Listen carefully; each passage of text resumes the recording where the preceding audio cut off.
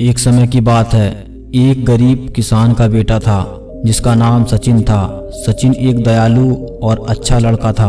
वह हमेशा दूसरों की मदद करने के लिए तैयार रहता था। एक दिन सचिन जंगल में घूम रहा था जब उसने देखा कि एक पेड़ सूख रहा है।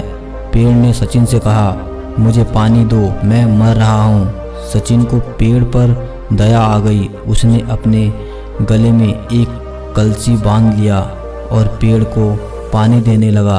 वह कई दिनों तक पेड़ को पानी देता रहा। आखिरकार पेड़ को पानी मिल गया और वह ठीक हो गया।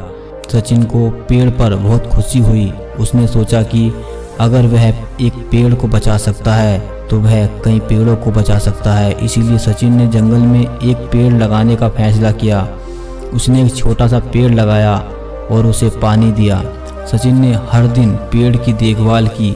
उसने उसे पानी दिया, उसे खाद दी और उसे कीटों से बचाया। धीरे धीरे पेड़ बड़ा और मजबूत हो गया। सचिन ने एक और पेड़ लगाया, फिर दूसरा, फिर तीसरा।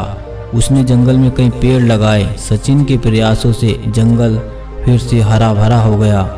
सचिन के बारे में जल्द ही सभी को पता चल गया।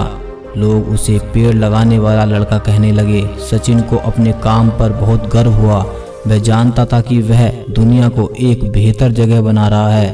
एक दिन एक राजकुमार जंगल में घूम रहा था। उसने सचिन को पेड़ लगाते हुए देखा। राजकुमार को सचिन की मेहनत और समर्पण पर बहुत खुशी हुई।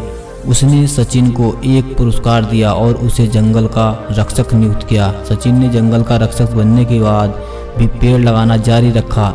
उसने जंगल में कई और पेड़ लगाए। सचिन के प्रयासों से जंगल एक सुरक्षित और स्वस्थ जगह बन गई। सचिन की कहानी है हमें सिखाती है कि छोटी छोटी चीज़ें भी बड़ा बदलाव ला सकती हैं।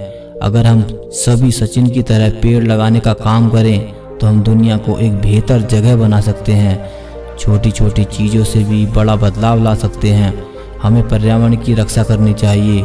हमें दूसरों की मदद करनी चाहिए। दोस्तों, नीच और ऊंच की पहचान कैसे करेंगे, आइए जानते हैं।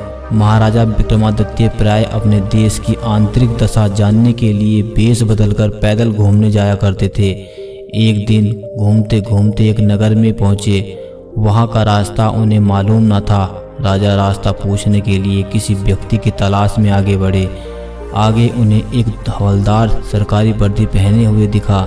राजा ने उसके पास जाकर पूछा, महाशय, अमुक स्थान जाने का रास्ता क्या है, कृपया बताएं। हवलदार ने अकड़कर कहा, मूर्ख, तू देखता नहीं मैं हकीम हूँ। मेरा काम रास्ता बताना नहीं है। चल हट, किसी दूसरे से पूछ। राजा ने नम्रता से पूछा, महोदय, यदि सरकारी आदमी भी किसी यात्री को रास्ता बता दे तो कोई हर्ज नहीं। खैर, मैं किसी दूसरे से पूछ लूँगा, पर इतना तो बता दीजिए कि आप किस पद पर काम करते हैं। हवलदार ने बोहें चढ़ाते हुए कहा, अंधा है, मेरी वर्दी को देखकर पहचानता नहीं कि मैं कौन हूँ। राजा ने कहा, शायद आप पुलिस के सिपाही हैं। उसने कहा, नहीं, उससे ऊंचा। तब क्या नायक है? नहीं, उससे भी ऊंचा। अच्छा, तो आप हवलदार हैं।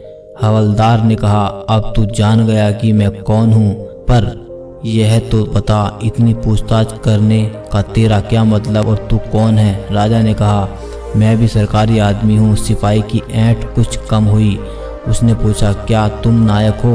राजा ने कहा, नहीं, सबसे ऊंचा। तब क्या आप हवलदार हैं? नहीं, उससे भी ऊंचा।